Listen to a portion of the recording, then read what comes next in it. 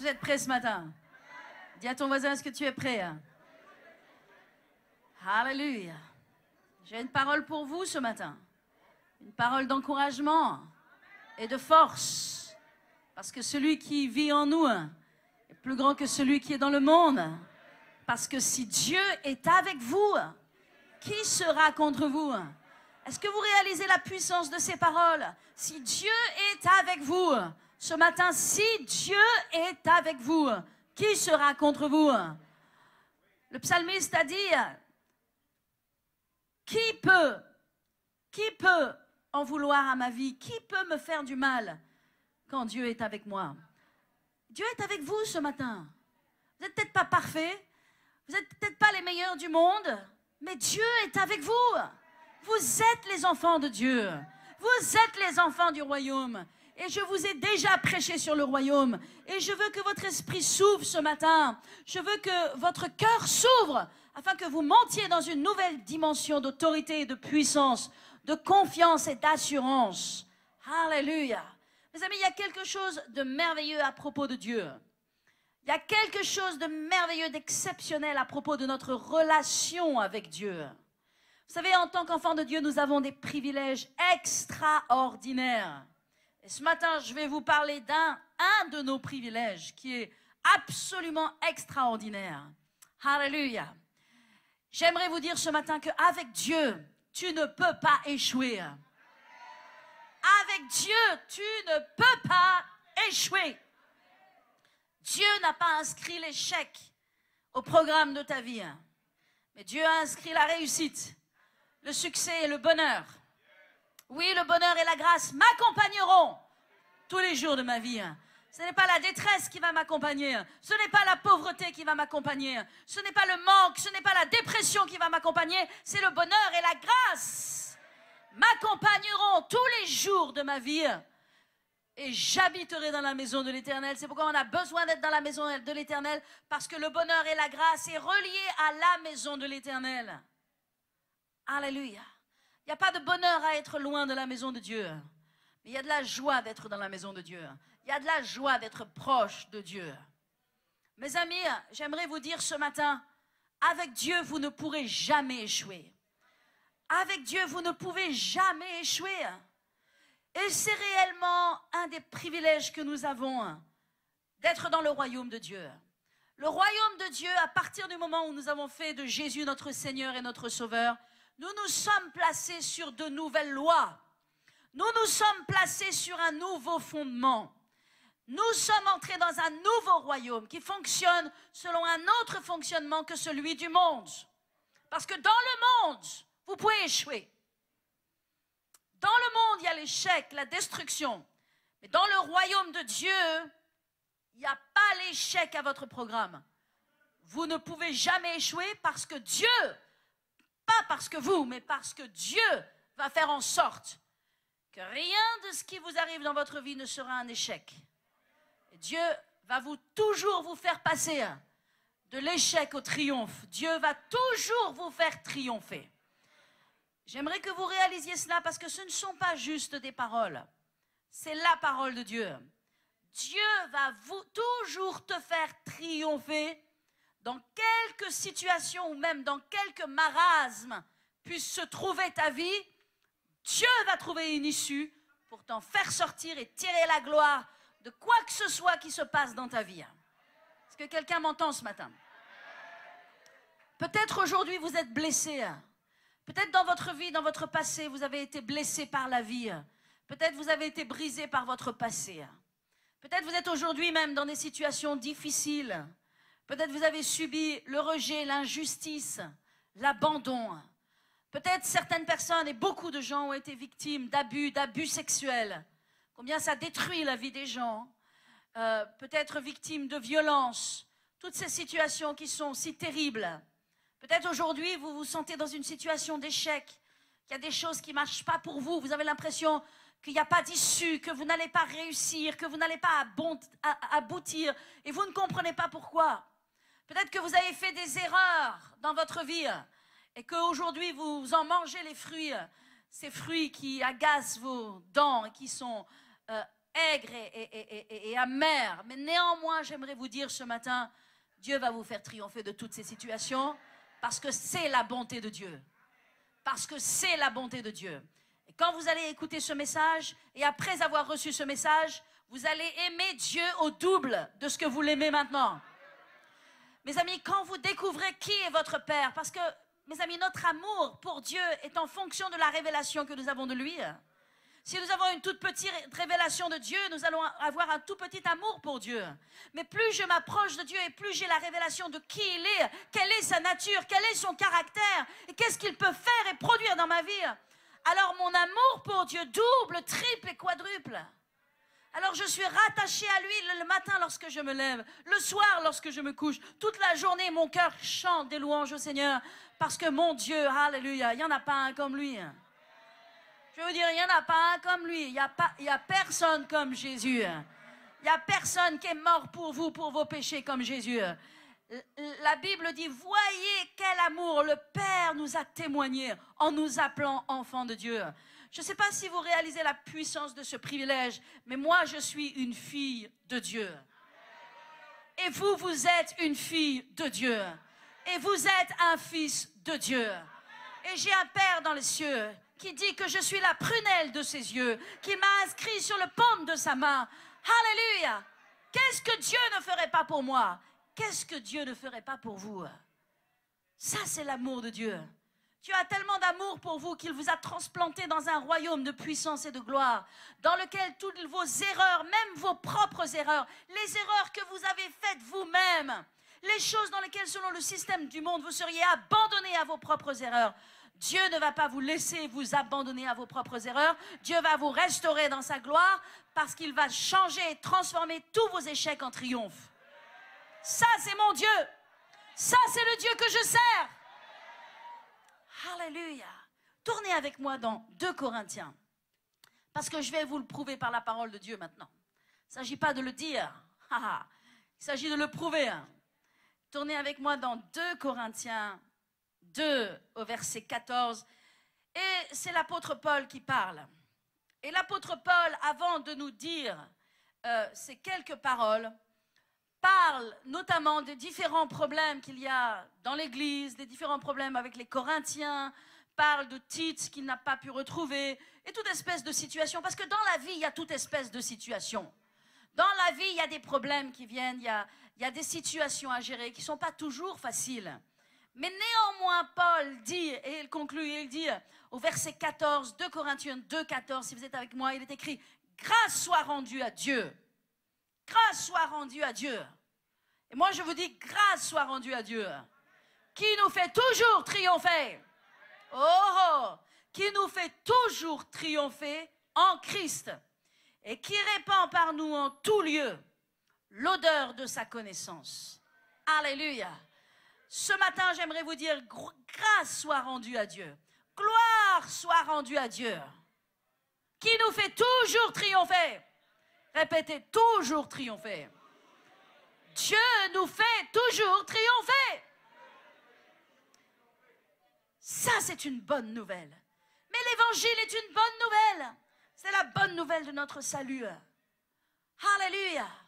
L'apôtre Paul dit premièrement, en dépit de tous les problèmes, en dépit des situations, en dépit du passé, en dépit des ordures qui ont pu venir et toucher ma vie, en dépit des échecs, en dépit des choses terribles qui me sont arrivées, gloire soit rendue à Dieu, grâce soit rendue à Dieu.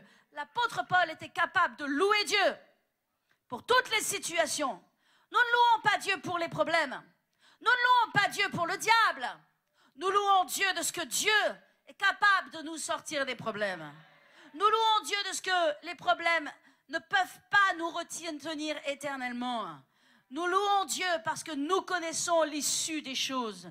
Si aujourd'hui vous êtes dans une situation impossible, si aujourd'hui vous ne savez pas ce que vous allez faire demain, si vous avez des problèmes, des situations que vous ne pouvez pas bouger, commencez à rendre grâce à Dieu.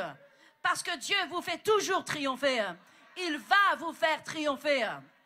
Donc l'apôtre Paul a dit, grâce soit rendue à Dieu. Ça veut dire que notre Dieu soit loué. Qu'il reçoive vraiment la louange et l'adoration et le remerciement. Pourquoi? Pourquoi? Parce qu'il nous fait triompher. Alléluia. La deuxième chose, c'est qu'il nous fait triompher. J'aimerais que vous réalisiez, Dieu va vous faire triompher. C'est un mot fort, le mot triomphe. C'est plus fort que le mot victoire. C'est plus fort que le mot succès. C'est plus fort que le mot réussite. L'apôtre Paul, la parole de Dieu nous dit que Dieu va nous faire triompher. Il n'a pas juste dit, il va vous faire réussir, il va vous donner du succès. Il va vous faire triompher. Répétez ce mot, triompher. Vous savez ce que c'est le triomphe? Le triomphe vient justement dans les batailles. Il n'y a pas de triomphe sans bataille. Il n'y a aucun triomphe sans bataille. Lorsque les généraux revenaient de bataille et de guerre et qu'ils rentraient au pays victorieux, ils expérimentaient un triomphe dans leur nation. Eh bien, Dieu dit que dans les épreuves et les difficultés de la vie, Dieu va te faire triompher. Et voyez-vous, Dieu est expert du triomphe. Parce que lui-même a triomphé. Et ce mot triompher qui se trouve dans 2 Corinthiens, c'est le même mot qui se trouve également dans Colossiens 2,15, lorsqu'il est écrit que Jésus a dépouillé les dominations. Oh, il a dépouillé les dominations. Est-ce que vous savez ce que c'est les dominations? C'est tous les diables de la terre. Tous les démons, les grands, les gros, les verts, les bleus, les poilus, les corchus,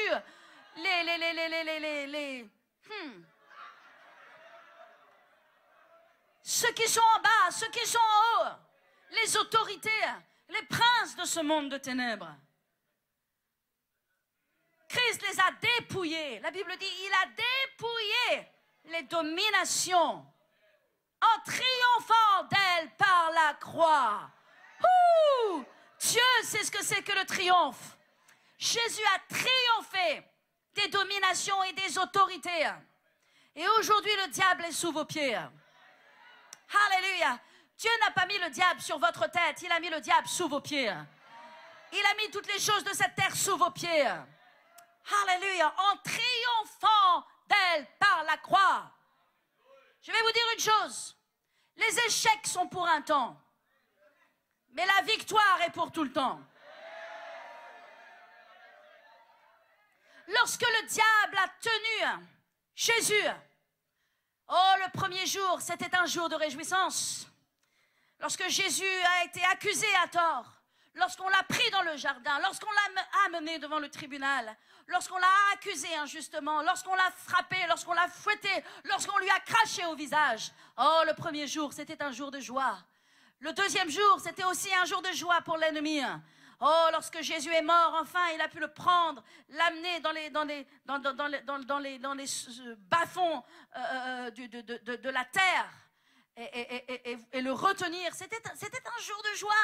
Mais j'aimerais vous dire que la victoire de l'ennemi est courte. La victoire de l'ennemi est courte. Elle a duré 2 jours. Parce que le troisième jour, oh, le troisième jour, et je vais vous dire, viens dans votre vie le 3e jour. Viens le 3e jour, parce que grâce soit rendue à Dieu, qui nous fait toujours triompher. Il nous fait triompher. Il me fait triompher, il vous fait triompher. De tous nos ennemis, de toutes les épreuves de la vie. Il y a un jour où c'est le 1er jour. Il y a un autre jour où c'est le 2e jour, mais vient le 3e jour.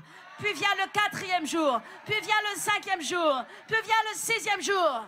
Oh, le 3e jour, la puissance de Dieu est descendue dans les ténèbres du sous-sol. Alléluia. Et là, le diable n'a plus rien. Il a perdu son sourire. Mais nous avons pris notre sourire. Nous avons mis un sourire sur notre visage. Et je vais vous dire une chose, la défaite n'est pas pour toujours. L'échec n'est pas pour tout le temps. Oh, l'épreuve n'est pas éternelle. Les choses passent. La seule chose qui ne passe pas, c'est la parole de Dieu. Les épreuves passeront. Les échecs passeront. Les moments difficiles passeront. Mais la parole de Dieu ne passera pas. Alléluia. La seule chose qui est permanente, c'est la parole de Dieu. Mais les échecs ne sont pas permanents. Les moments difficiles ne sont pas permanents. Pourquoi? Parce que grâce soit rendue à Dieu, qui le fait toujours triompher. et qui répand par nous en tout lieu. Dieu, après, lorsqu'il nous a fait triompher, c'est pour ça que Dieu veut que nous triomphons. C'est pourquoi Dieu est intéressé au fait que nous triomphons. Dieu est solidaire, il est partenaire de notre succès. Pourquoi? Parce qu'il va répandre partout, en tout lieu, la bonne odeur de sa connaissance. Alléluia, par notre témoignage, par la victoire dans notre vie, par la prospérité sur notre vie, par la réussite sur notre vie, Dieu va se glorifier. Alléluia. Gloire à Jésus. Dieu est un bon Dieu. Donc la première chose, c'est quoi? Grâce soit rendue à Dieu. Louez le Seigneur. Même louez-le en avance. Remerciez-le. Parce que de toute façon, quelle que soit la situation par laquelle vous êtes, de toute façon, vous allez triompher. Et j'aimerais que vous mettiez ça maintenant dans votre cœur. Et surtout si vous êtes éprouvé, commencez à croire et à déclarer, de toute façon, je vais triompher. De toute façon, Dieu va me faire triompher. Je vais triompher. Alléluia, mon Dieu va me faire triompher. Donc je vais pouvoir commencer à remercier Dieu. Parce qu'en toute chose, mon Dieu me fait triompher.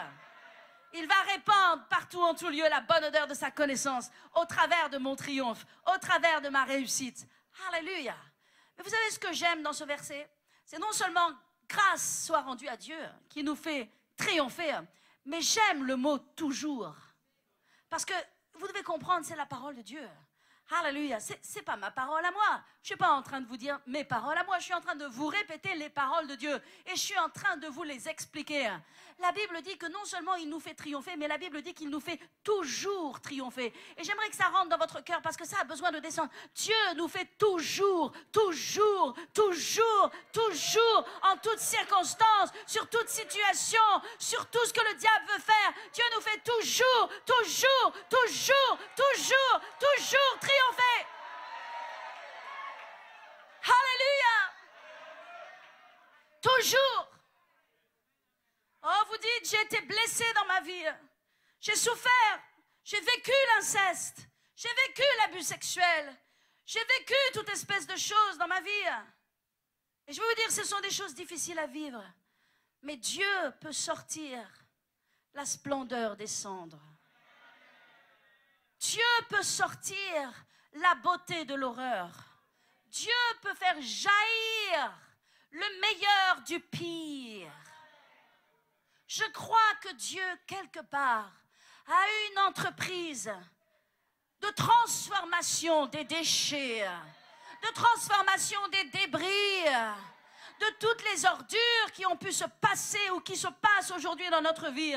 Dieu a une entreprise de recyclage où il reprend ces horreurs, ces ordures, ces choses terribles qui nous sont arrivées pour les mettre pour sa gloire, pour les utiliser pour sa gloire.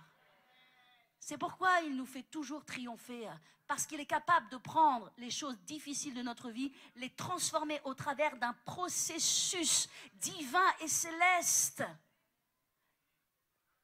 et leur donner de la valeur ajoutée.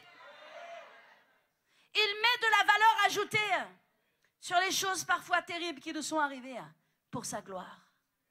Pour sa gloire. Alléluia. Vous savez, il y a plusieurs années de cela, il y a probablement 15 ans, j'ai eu ce livre de Joyce Meyer entre les mains, La splendeur au lieu des cendres. Et j'ai reçu les droits pour le traduire, ce livre, et le diffuser. Et j'ai commencé à faire la traduction de ce livre. Or, il y a eu une erreur, des problèmes au niveau de l'administration du ministère de Joyce Meyer. Et ils avaient donné aussi l'autorisation à quelqu'un d'autre. Et donc, j'ai préféré me retirer pour ne pas créer de problème. Et puis, de toute façon, que la parole de Dieu soit répandue. Et c'est ça qui compte.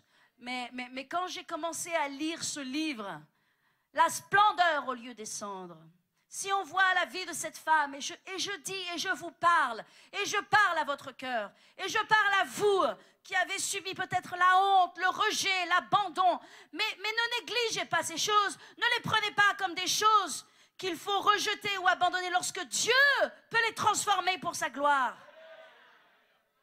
Toutes les choses qui vous sont arrivées, Dieu peut y mettre de la valeur ajoutée et les utiliser pour son royaume. Il peut renverser ces choses contre le royaume des ténèbres pour amener la gloire et la puissance de Dieu sur cette terre. Qu'est-ce que cette femme a subi? Mon Dieu, c'est terrible. Elle a subi l'inceste. Elle a subi le viol physique de son père.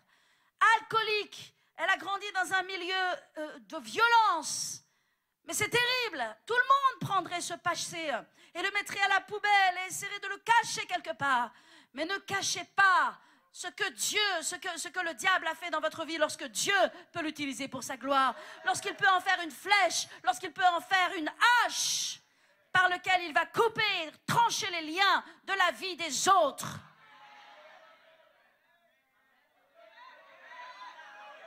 Et une vision, et un rêve, et une vision n'enterre pas, ne cache pas lorsque Dieu peut utiliser même ce que l'ennemi a fait pour sa gloire, pour sa gloire. Parce qu'en toute chose, grâce soit rendue à Dieu, qui nous fait toujours triompher. Il nous fait toujours triompher. Arrêtez d'être liés par votre passé. Arrêtez d'avoir honte de votre passé. Arrêtez de vous sentir moins que rien par votre passé. Lorsque votre passé peut devenir une gloire pour Dieu. Dieu peut tout utiliser. Dieu peut utiliser vos années de drogue, Dieu peut utiliser vos années de prostitution, Dieu peut utiliser vos années de honte, Dieu peut utiliser vos années d'échec, Dieu peut utiliser vos années d'humiliation pour sa gloire. Alléluia. Ça, c'est le Dieu que je sers. Parce que Dieu fera en sorte que rien de ce qui vous est arrivé ne sera gaspillé. J'aimerais vous dire que Dieu n'est pas un Dieu de gaspillage. Dieu n'aime pas le gaspillage. Lorsque Jésus a multiplié les pains et les poissons, il a dit aux disciples, maintenant, prenez des panières et ramassez tous les restes. Et il est resté 12 panières pleines de pain. Pourquoi? Parce que Dieu n'aime pas le gaspillage. Mais Dieu ne veut pas non plus de gaspillage dans votre vie. Et toutes les choses qui vous sont arrivées, Dieu va y mettre sa gloire, Dieu va y mettre de la valeur ajoutée, parce qu'il n'y aura pas de gaspillage. Tournez avec moi dans Ésaïe 61. Est-ce que vous êtes avec moi? Alléluia. La Bible dit dans Romains 8 que toute chose concourt. Oh, oh, oh, oh. Dieu va faire en sorte que toute chose concourt au bien de ceux qui aiment Dieu et qui sont appelés selon son dessein. Est-ce que vous aimez Dieu? Est-ce que vraiment vous aimez Dieu? Est-ce que vous êtes appelés selon son dessein? Est-ce que vous êtes appelés à faire sa volonté? Est-ce que vous êtes appelés à accomplir sa volonté? Alors, sur cette base, Dieu dit que toute chose, dis à ton voisin toute chose concourt au bien. Dieu va faire concourir toute chose à ton bien. Pas à ton mal, à ton bien. Alléluia. Il est capable de changer l'eau en vin. Il peut faire concourir toute chose à ton bien. Et il va le faire. Alléluia. Amen. Gloire à Jésus. Il va faire concourir les bonnes choses à ton bien. Mais il va faire concourir aussi les moins bonnes choses à ton bien. Et il va aussi faire concourir les mauvaises choses qui te sont arrivées. Il va les faire concourir à ton bien. Ésaïe 61, est-ce que vous y êtes? Vous y êtes déjà avant moi? Je cours. Où es-tu? Ésaïe se cache. Il arrive. Ésaïe 61, voici l'onction de Dieu. Voici l'onction de Dieu. C'est un passage qui nous explique l'onction de Dieu. Elle sert à quoi? À nous donner des frissons? À nous faire trembler sur nos pattes? Avoir des attitudes bizarres dans la maison de Dieu? Pas ici.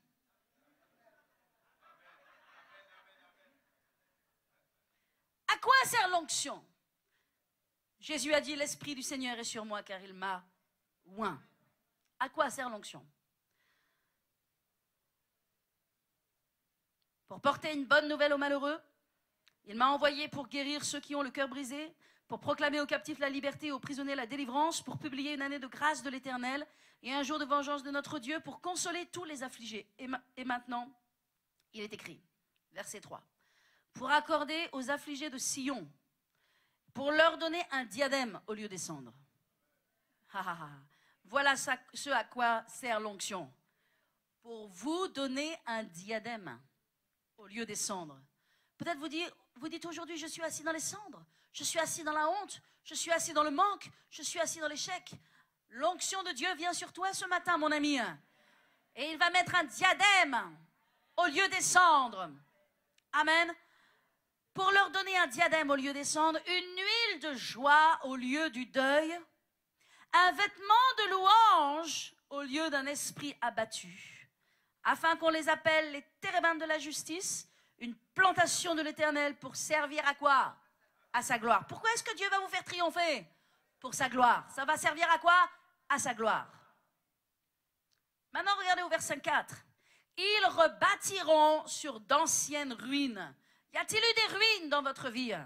Dieu ne les considère pas, ces ruines, comme étant honteuses et inutiles. Dieu dit, ah, apportez-moi les ruines.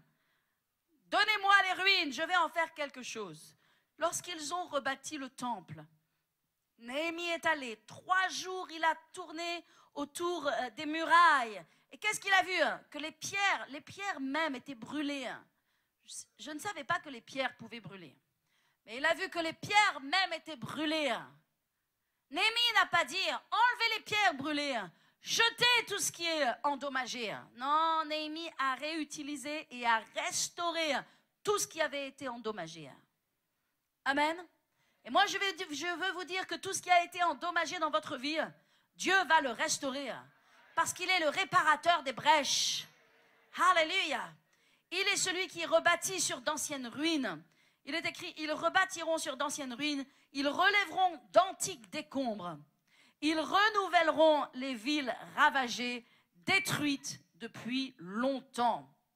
Alléluia, alléluia. Mes amis, Dieu va changer vos échecs en triomphe. J'aimerais que vous le réalisiez ce matin. Mais votre attitude face aux échecs et face aux épreuves est très importante. Très importante. Votre attitude est déterminante. Votre attitude face aux échecs, face aux épreuves est très importante. J'aimerais vous parler quelques instants de Job. Job est l'un des plus anciens, sinon probablement le plus ancien livre de la Bible. Est-ce que vous vous rendez compte?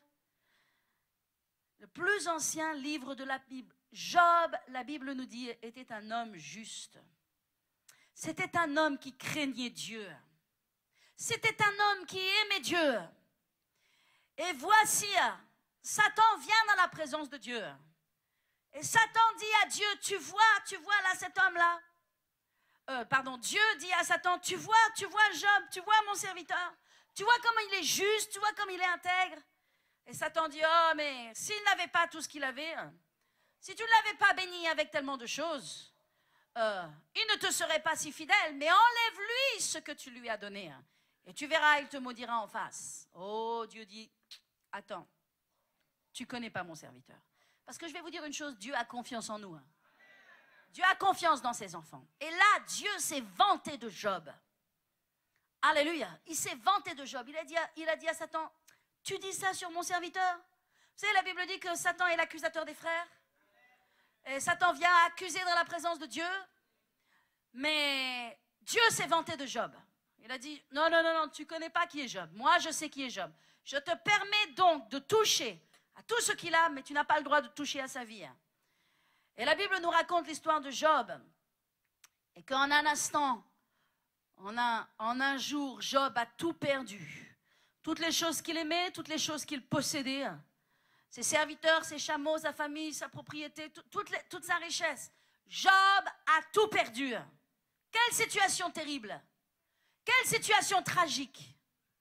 Quelque temps de cela, j'ai rencontré un homme. Et c'est un homme c'est une personne qui a des responsabilités très élevées, notamment dans le milieu protestant. Et nous nous sommes rencontrés, et il savait ce qui m'était arrivé récemment. Et il est venu me parler de sa situation, et lui-même a vécu le départ de son conjoint. Et donc, nous avons échangé quelques mots, nous aurions pu nous asseoir, nous aurions pu discuter et parler de ces choses qui, lorsque l'on passe par cela, on a des choses communes. On peut comprendre, on peut se comprendre l'un l'autre. Les gens qui n'ont pas vécu cela ne peuvent évidemment pas le comprendre, ils ne peuvent que compatir, mais ne savent pas véritablement. Et nous avons parlé, et il m'a dit ces paroles, il m'a dit, comment est-ce que je peux expliquer cela? Comment est-ce que je peux comprendre cela? La seule chose qui me réconforte, c'est les souffrances de Job.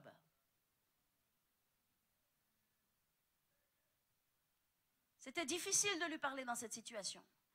J'ai écouté ce qu'il a dit et je sais une chose, c'est qu'en France, dans cette nation de France, lorsqu'on passe par des épreuves et des difficultés et que l'on souffre et que l'on ne sait pas les expliquer, qu'on n'arrive pas à leur donner un sens, parce qu'on aime Dieu, on se réfugie dans les souffrances de Job. On dit, ah, je suis comme Job. Oh, j'ai souffert comme Job. Comme si le livre de Job était l'excuse, était la chose qui allait justifier nos souffrances. Comme quoi Dieu a prévu la souffrance et que si on souffre, eh ben on est comme Job parce que Dieu a prévu la souffrance pour Job. Moi, j'aimerais vous dire quelque chose ce matin. Si vous vous identifiez à Job, si vous pensez que vous êtes comme Job, si vous avez et que vous pensez identifier vos mêmes souffrances qu'aux souffrances de Job, alors vous devez aussi vaincre comme Job.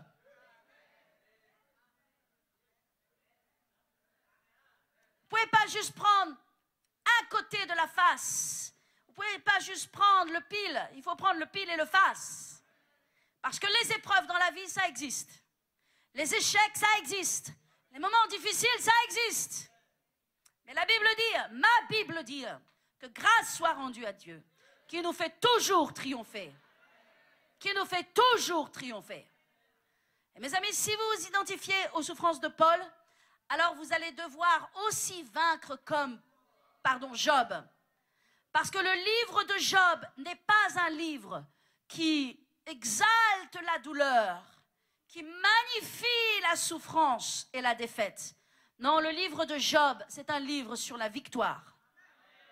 C'est un livre sur le triomphe. Parce que s'il y a quelqu'un qui a triomphé, c'est bien Job. Est-ce que vous m'entendez? Parce que la belle histoire de Job, c'est que oui, il a tout perdu. Oui, il a été très malade. Oui, il a été très éprouvé. Mais son épreuve n'a duré que moins d'1 an. Job a gardé la foi. Job a gardé sa confiance. Job a gardé son intégrité. Et en moins d'1 an, il a récupéré le double de tout ce qu'il avait perdu. Donc je dis, si vous voulez être comme Job, je dis alléluia. Moi aussi, je suis comme Job. Je m'identifie à Job. Parce que Job, c'est le symbole même du triomphe. Job, c'est le symbole même de la victoire sur les épreuves. Est-ce que quelqu'un m'entend ce matin? Alléluia. Et Job a déclaré, mon oreille avait entendu parler de toi, mais maintenant mon œil te voit. Je vais vous dire, il y a des temps dans votre vie où vous ne connaissez que ce que vous avez entendu de Dieu. Puis vient le moment où vous voyez. C'est une autre chose. Job, il y avait des choses qu'il ne connaissait pas, dont il n'avait pas la révélation à propos de Dieu. Et il a dit, mon oreille, c'était que mon oreille. Je n'avais pas la révélation. Mon oreille avait entendu parler de toi, mais maintenant mon œil te voit. Et je prie ce matin que votre œil voit Dieu. Que votre œil voit la splendeur de Dieu. Que votre œil voit la gloire de Dieu. Que votre œil voit le triomphe de Dieu. Parce que Dieu est pour vous. Dieu n'est pas contre vous, il est avec vous. Pour votre triomphe. Alléluia. Et c'est pourquoi Job a dit aussi, mon Rédempteur vit. Et nous le chantons ce chant de tout notre cœur. Mais c'est Job qui a prononcé ces paroles. Il a dit, oh je sais, mon Rédempteur vit. Alléluia. Et Job a récupéré le double de tout ce qu'il avait perdu. Amen. Donc si tu dis que tu es comme Job, et si tu veux t'identifier à Job, alors mon ami, tu dois être guéri. Tu dois être prospère. Tu dois être béni. Tu dois être libre. Parce que c'est comme ça qu'était Job. Les gens, dans l'épreuve, dans l'échec, abandonnent trop vite. Ils perdent espoir trop vite. Ils perdent confiance trop vite. Ils ne tiennent pas sur la parole. Mais pour vaincre, mes amis, pour renverser votre captivité, vous allez avoir besoin de détermination. Les gens qui ont du succès, je vais vous dire ce qu'ils ont à l'intérieur d'eux. Les gens qui ont du succès, qui réussissent dans les voies de Dieu, dans le chemin de Dieu pour eux, ils ont de la détermination et ils ont de la discipline. Alléluia. Ils ont de la détermination, de la consécration et de la discipline. Mettez dans votre vie les ingrédients du succès. Parce que Dieu veut vous faire triompher. Et il va vous faire triompher si vous avez quoi? De la détermination, de la consécration et de la discipline. Alléluia. Mes amis, il n'y a pas de bataille. Pardon, il n'y a pas de victoire sans bataille. Dites-le vous bien, il n'y a pas de victoire sans bataille. Et il n'y a pas non plus de gloire à vaincre sans effort. Si tu as des batailles ou des échecs aujourd'hui, c'est parce que Dieu a pour toi de grandes victoires. Dis-toi que les victoires seront à la hauteur des batailles que tu as vécues. Est-ce que vous m'entendez? Ce n'est pas juste une déclaration, c'est la vérité. Parce que Dieu est avec toi. Et si tu fais preuve de détermination, de consécration et de discipline, tes victoires seront à la hauteur de tes batailles. Amen. Et n'oubliez pas, et je termine avec ceci, l'échec, l'épreuve, les difficultés sont temporaires. La seule chose qui est éternelle et qui dure, c'est les promesses de Dieu. C'est la parole de Dieu. Dieu n'a jamais dit que les échecs et les épreuves étaient éternels. Il a dit, ma parole est éternelle. Mes promesses sont éternelles. Toutes les choses que tu vois aujourd'hui sont sujettes à changer. Elles ne sont pas sujettes à rester. La Bible dit que lorsque Pharaon courait après Moïse et tout le peuple, Moïse s'est tourné vers le peuple et leur a dit, les Égyptiens que vous voyez aujourd'hui, vous les voyez? Vous les voyez?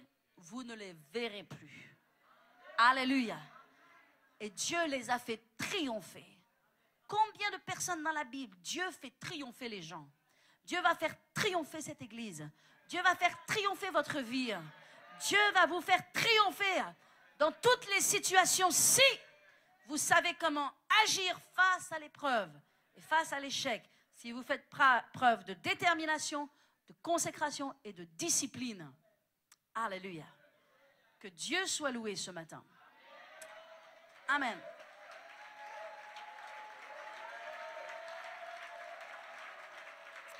Thank you, Jesus.